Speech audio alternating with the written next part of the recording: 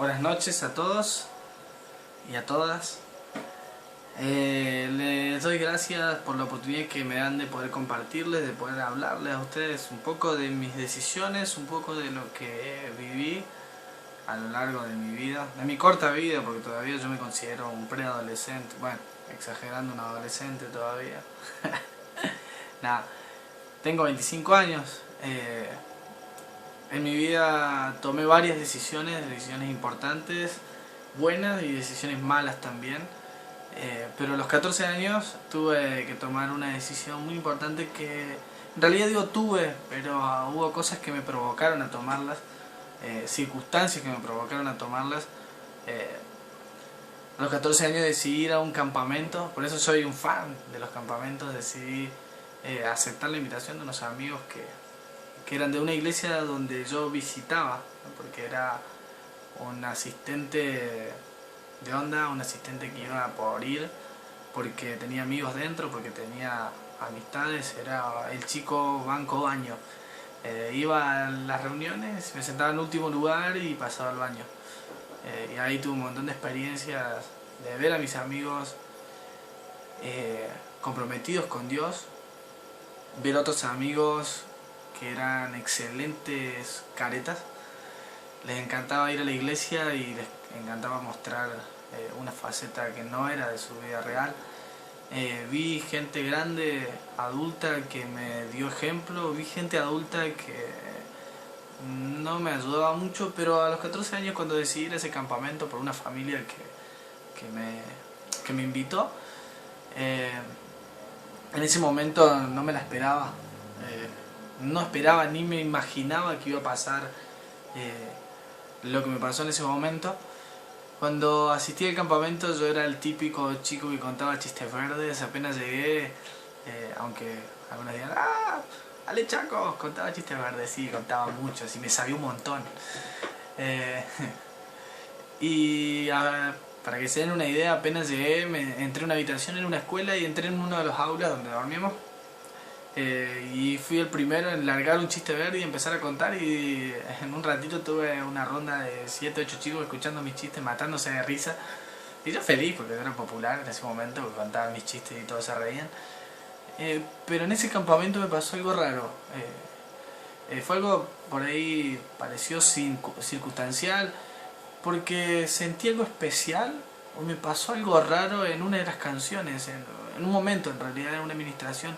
Me acuerdo de que ese día se predicó sobre los los que fueron a explorar el pueblo, a conquistar, que fueron enviados por Josué, pero esos dos que vinieron y la visión que tuvieron, me acuerdo así muy por arriba, que ahora me acuerdo en realidad porque después más adelante estudié la historia, pero en ese momento podría decir que no la sabía mucho.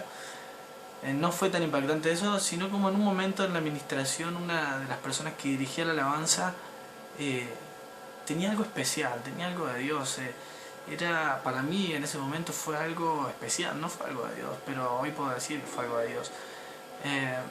Y cantaron canciones donde hasta el día de hoy me marcaron, hasta el día de hoy cuando las escucho se me pone la piel de gallina, porque fueron momentos en que yo en realidad terminé el campamento, quise salir ahí, también muchas veces seguí haciendo de la mía, seguí contando chistes verdes.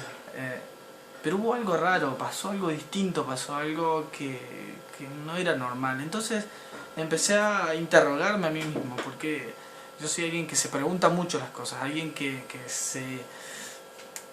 le encanta sacarse todas las dudas. Muchas veces no lo logro, pero sí me encanta intentarlo. Hay una frase que dice que me encanta mucho, que no existen preguntas tontas, existen tontos que no preguntan.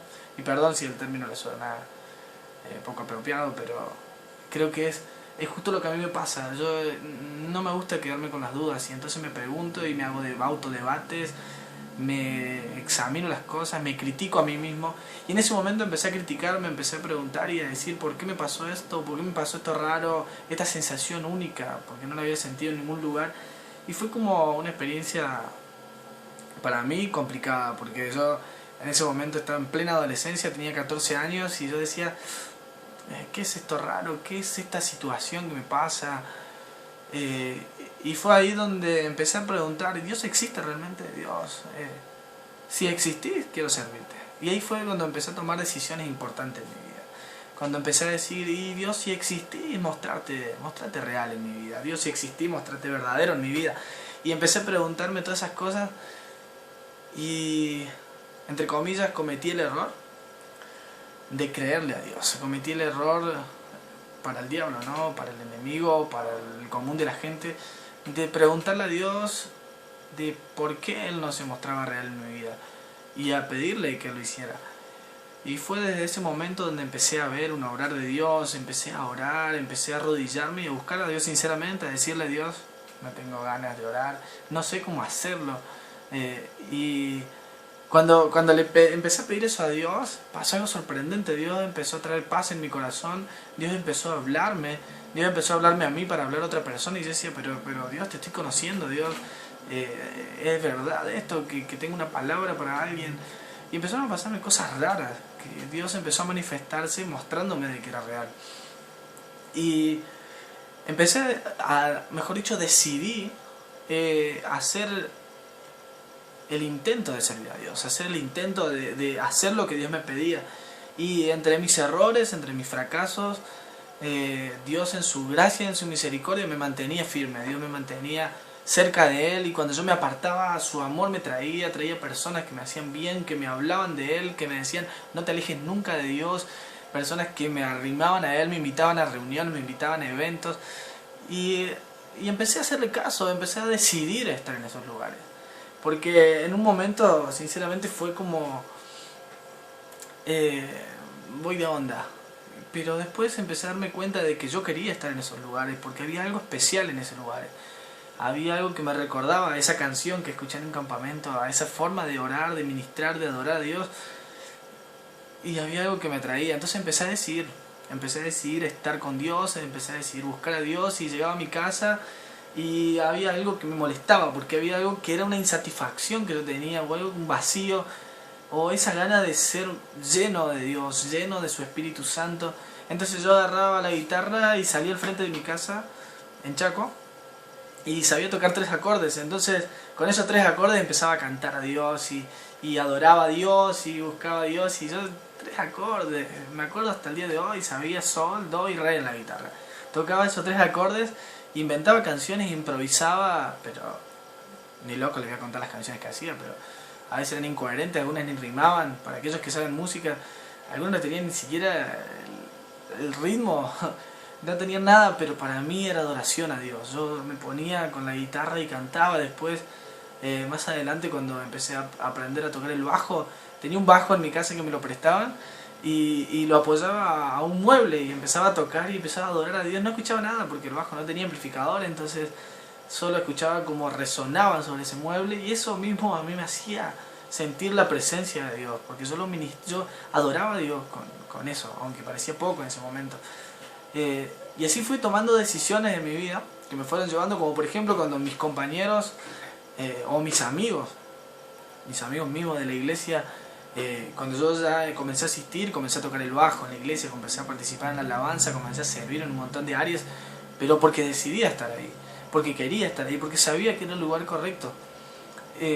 Y mis amigos decidían hacer la suya, decidían mostrar una cosa delante de la gente y hacer otra en su intimidad, o cuando estaba con nosotros, con sus amigos, hacían otra cosa.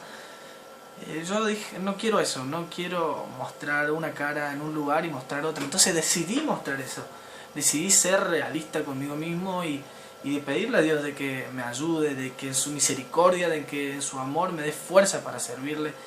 Y así fui tomando decisiones hasta que terminé el secundario y quería estudiar algo, y yo decía, Dios, pero quiero ir a un lugar donde vos me llames, quiero ir a un lugar donde vos quieras que yo esté. Entonces orando, pasó un año que terminé el secundario, y un año dejé para que Dios me hablara, y es donde Dios puso el sentir para venir a vivir a Córdoba, a venir a estudiar a Córdoba.